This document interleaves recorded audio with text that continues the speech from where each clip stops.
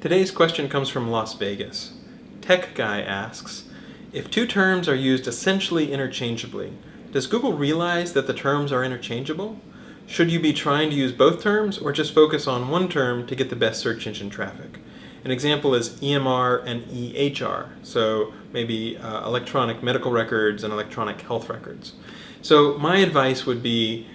all of the things being equal, as long as you can do it without sounding artificial or stilted or spammy, is to go ahead and use both words.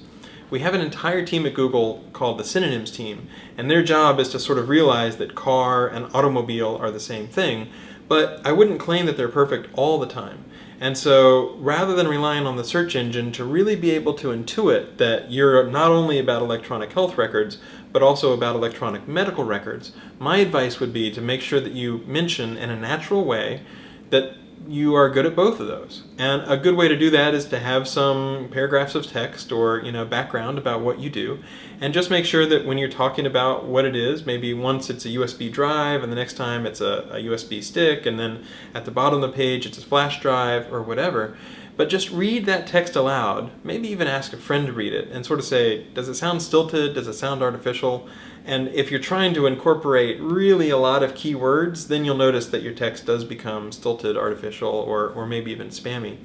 But in general, if you are able to use synonyms or the words that users would actually type in a natural way, then you reduce or remove that uncertainty, and Google doesn't have to somehow guess or estimate that that's what your page is really about. So that can be kind of helpful, and I would recommend that you try to use the words in a natural way, as long as it doesn't go too far and people start to notice that it sounds weird.